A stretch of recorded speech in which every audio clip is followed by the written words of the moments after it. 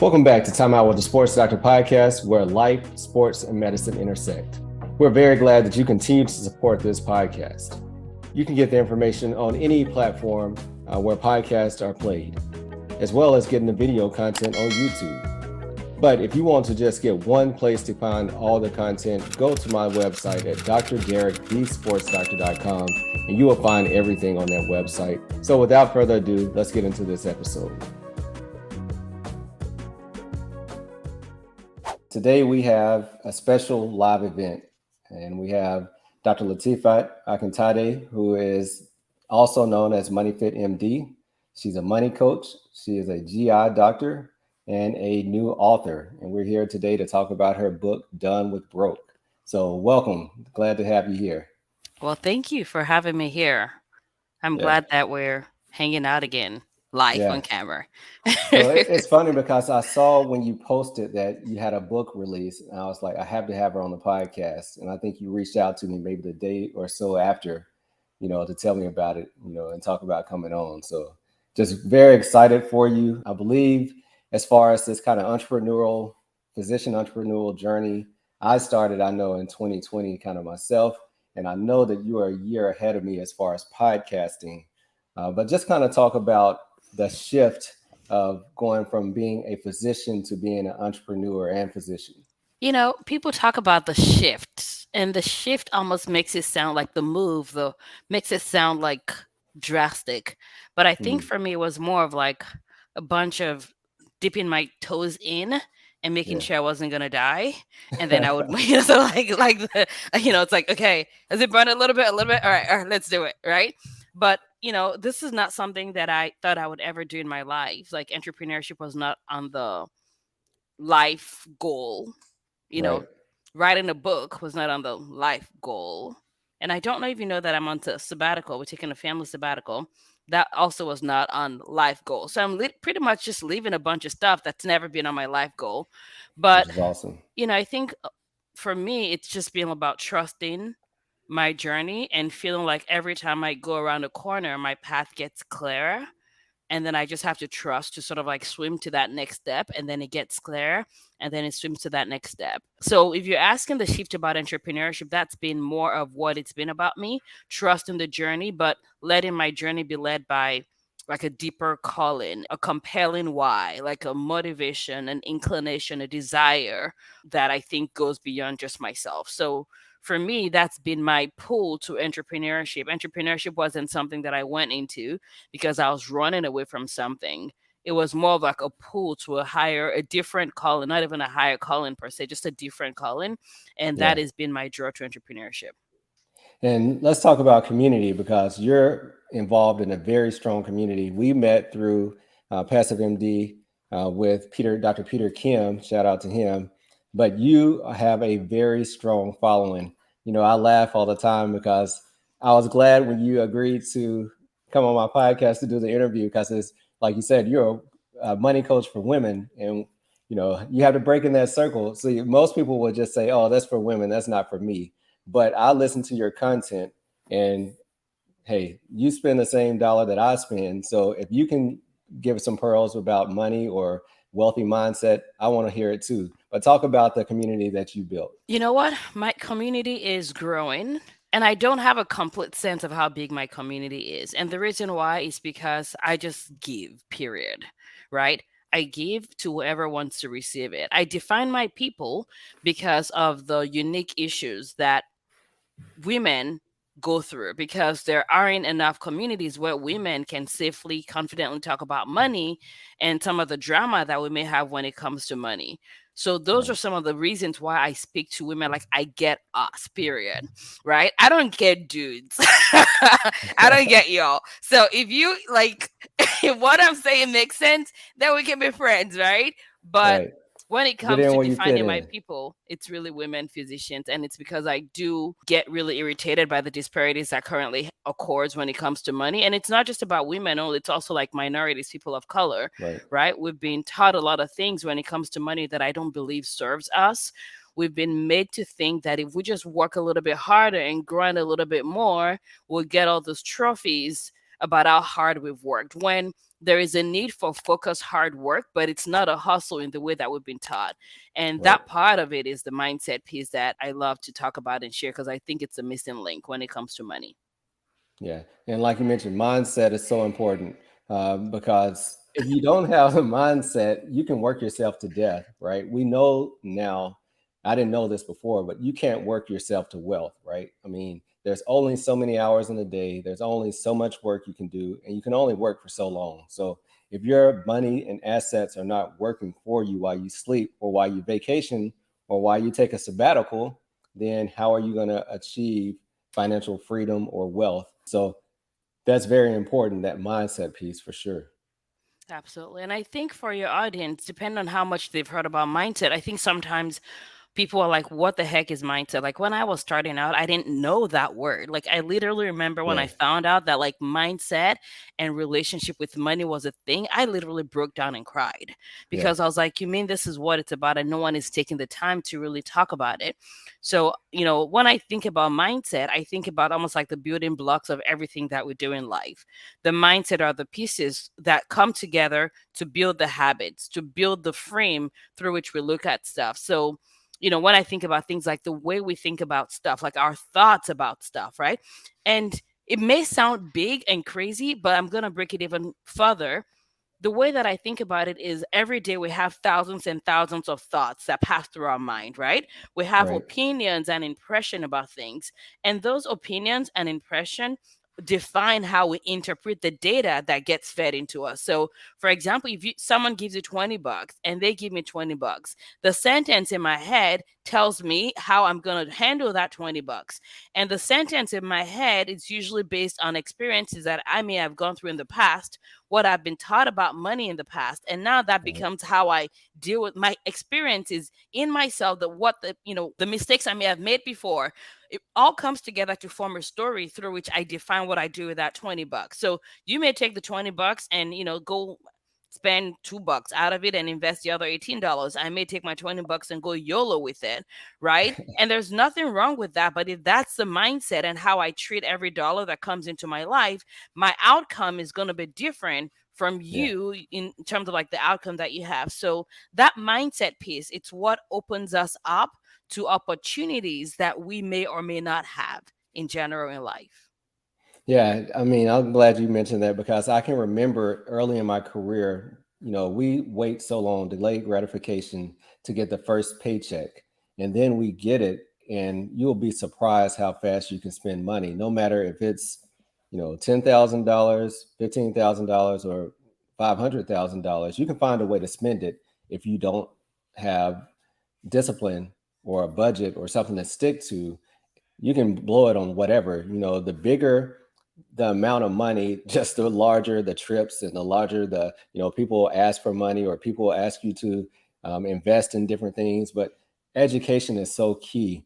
And for someone who's feeling overwhelmed, just 3 or 4 years ago, I didn't know what financial freedom was. I didn't know what the difference between active and passive investing. So if that's where you are today, you can draw a line in the sand and say, from this day forward, I'm going to educate myself to learn about money. I know I've learned so many things or I've heard so many things from family members, but to actually actively take a role in learning, that's when it really started to change for me.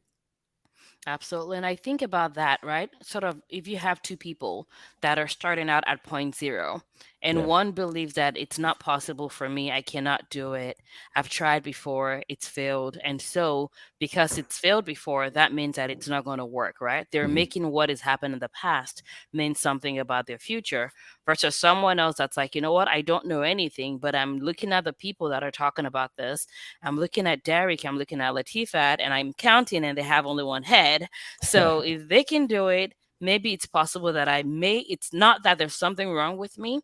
It's maybe the fact that I need to learn a way that is different and ask for help and converse with them so that I can create my own results based on what I can learn differently. And those two people starting from point zero are going to have different outcomes. Yeah.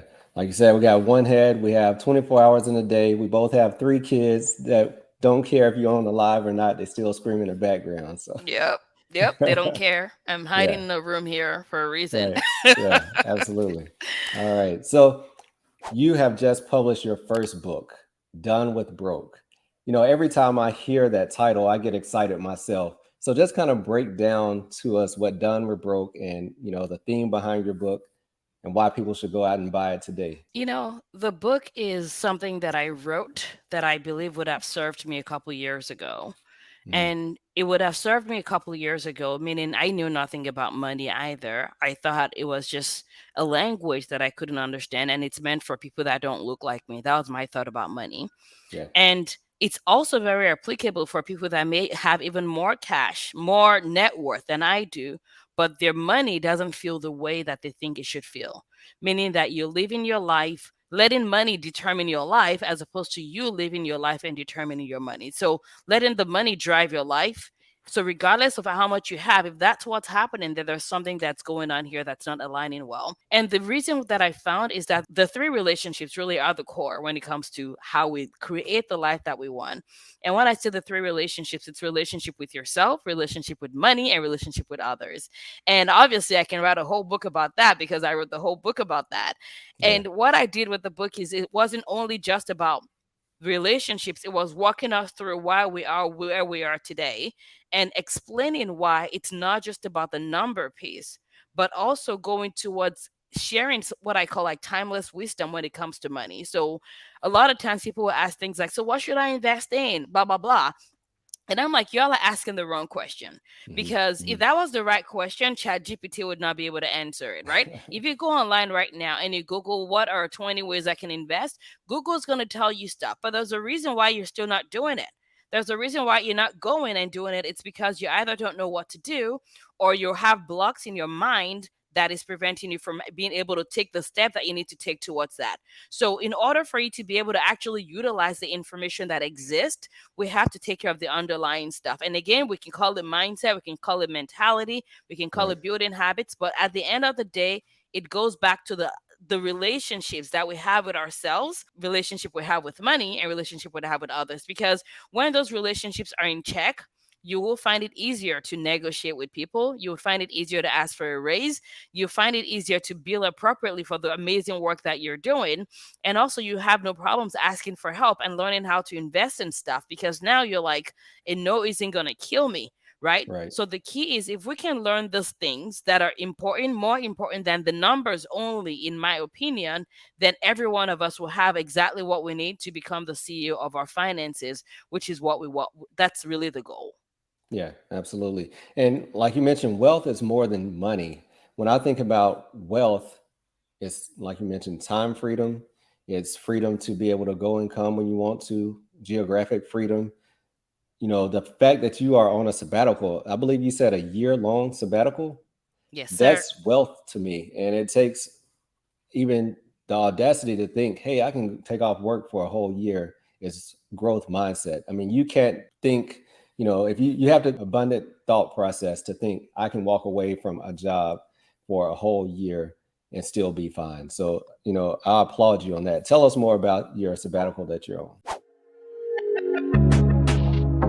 If you're enjoying this episode, don't wait to the end to share it. Share it now. Share this with a friend or a colleague that you think might find value in this information. And then also make sure that you click and leave us a 5-star review and give us feedback because we really value your feedback and your input.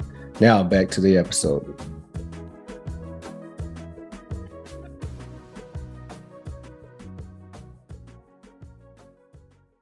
What can I tell you? It's fantastic. I'm grateful for it. And Yeah. again, this is not something that was on my 10-year plan. This is literally something that we thought about late summer slash early fall of last year.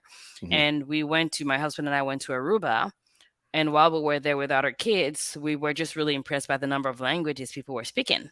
Yeah. And I was like, imagine what happens if our kids can just get exposed to this. Like, what would happen to their ability to think and process and do all this stuff? But that was about the extent because I'm a physician. I love what I do. I'm not burnt out.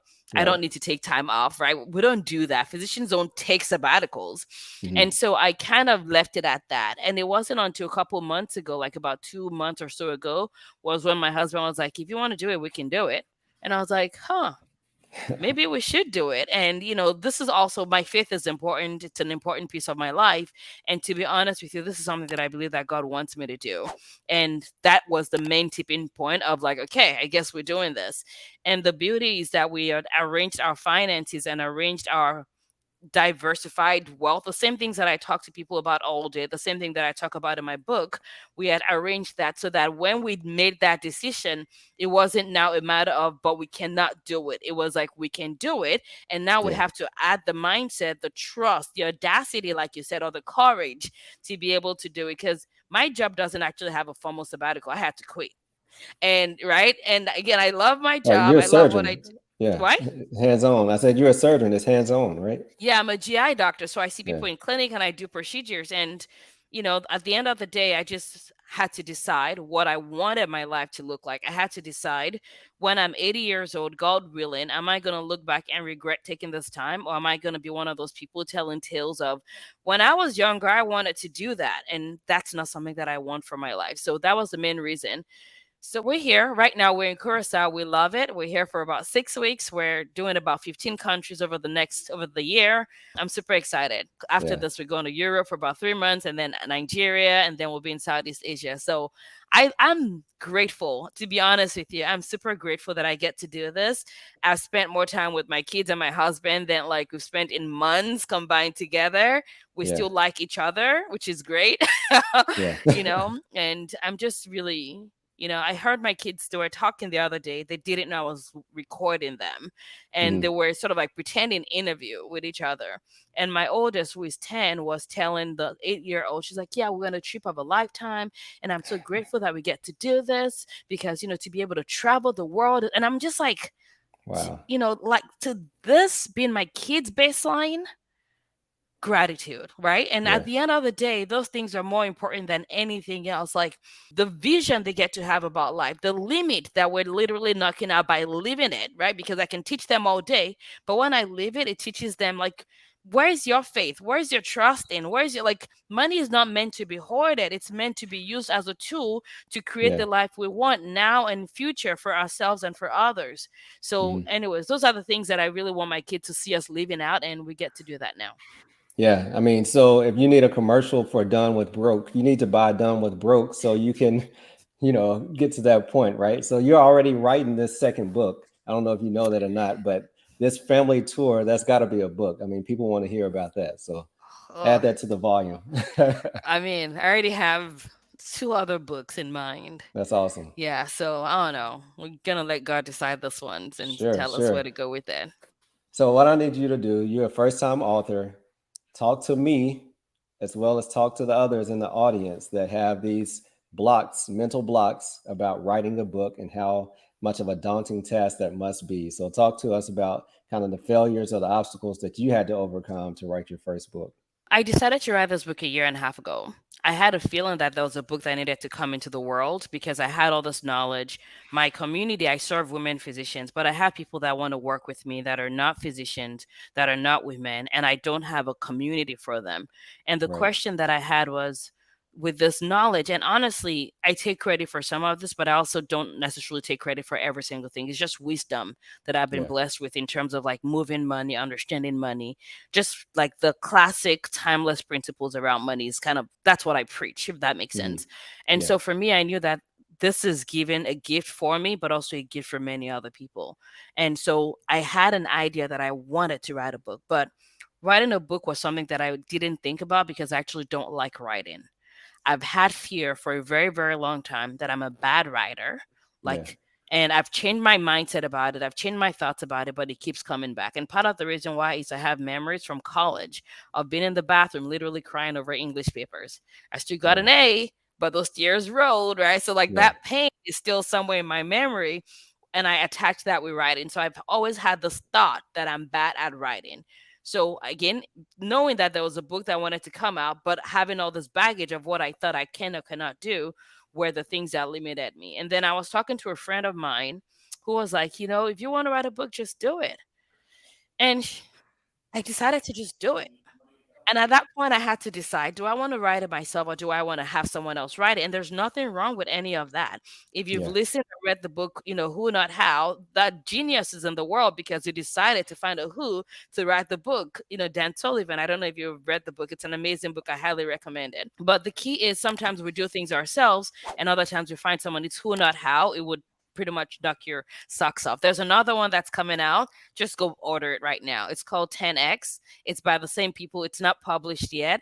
I was able to get, access to it through some, very legal. They sent it, but it's an amazing book and it's going to knock your socks off. So buy my book and buy those two books. Start with Who, Not Okay. How, and then the other one. But, anyways, there are times when you do it yourself, there are times when you find someone to take care of it. But because of the limiting belief I had about my writing, I knew that I needed to create evidence for myself once and for all that I'm not bad at writing. So I chose to write it. I went through a company, and if you guys go to my podcast, The Money Fit MT, I literally released an episode a couple of days ago talking about this. I ended up using a company called Scribe. And what they did was they're not traditional publishing, they're kind of in between, but they do help you with keeping you accountable. So there were times when it was hard at the middle when I'm like, what the hell am I thinking writing a book? Like, my Right. life is so much easier without this crap that I put on Yeah. myself, right? Because I'm working pretty much full time. We have I have Money Fit MD, we have our businesses, we have real estate, we have kids, and all this other stuff. I'm like, Latifat, what the heck are you doing? But again, the why was the main reason why I knew that I wanted to come into the world.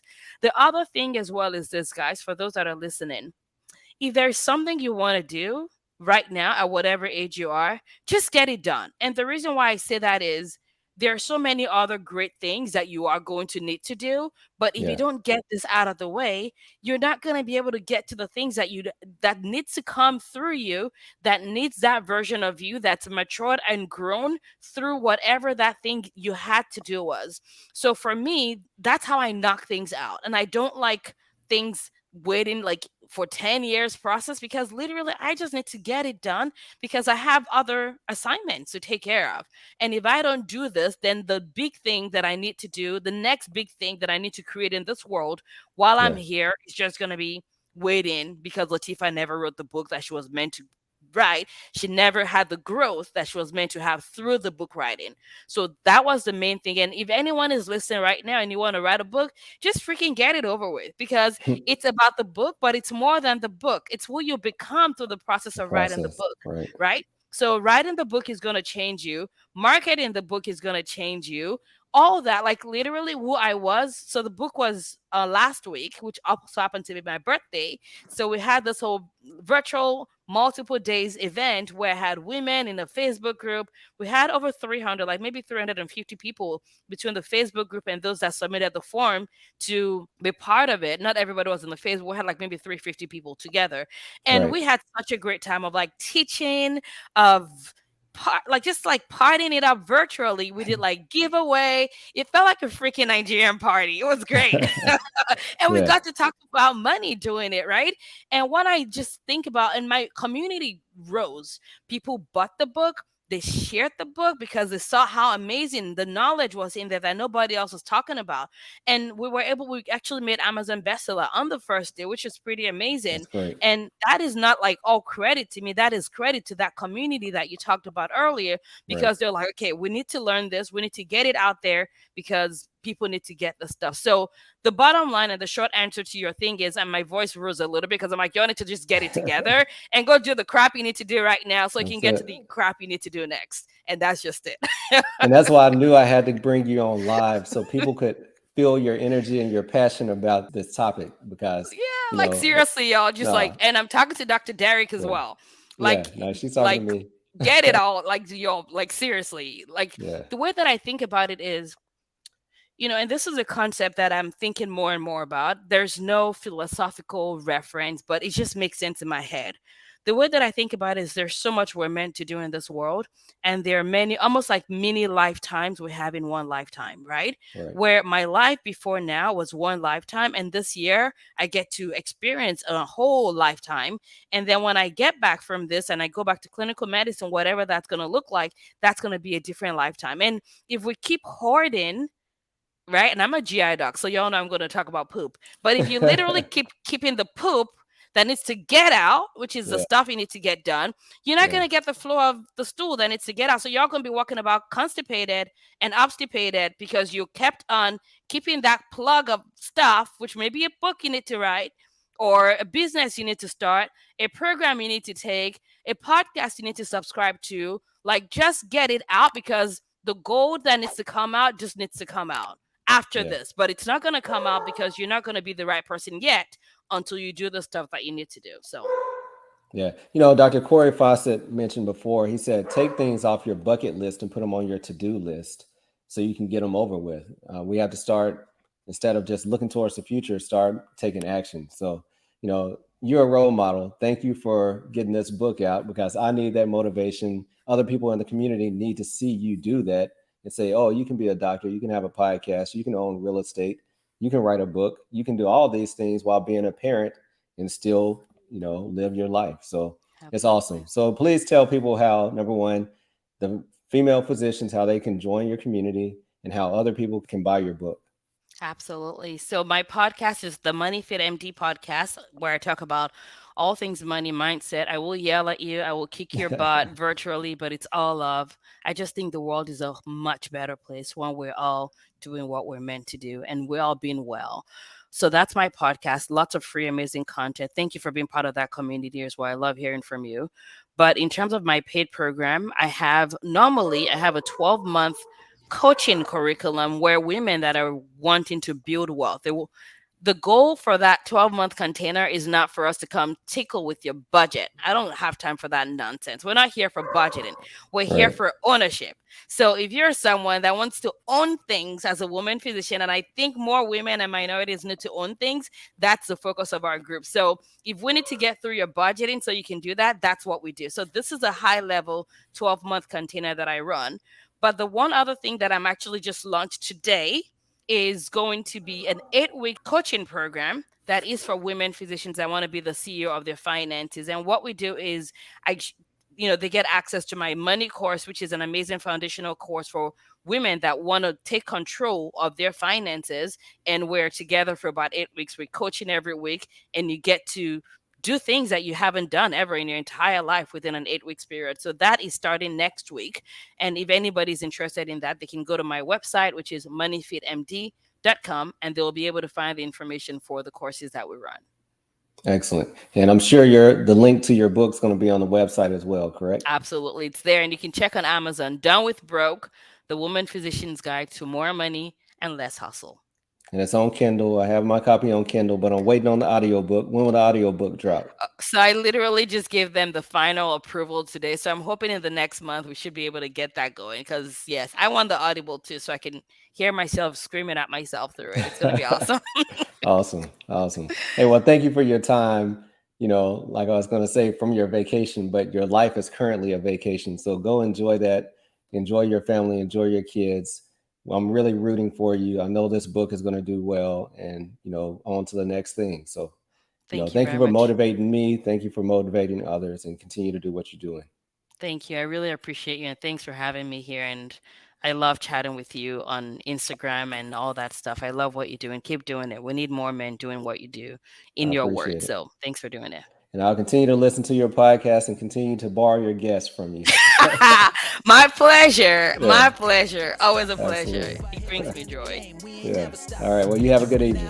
You too. Thank you for continuing to support this podcast. If you enjoyed this episode, then please leave a 5-star review. And if you haven't done so, subscribe so you continue to get the updated episodes. Until later, peace.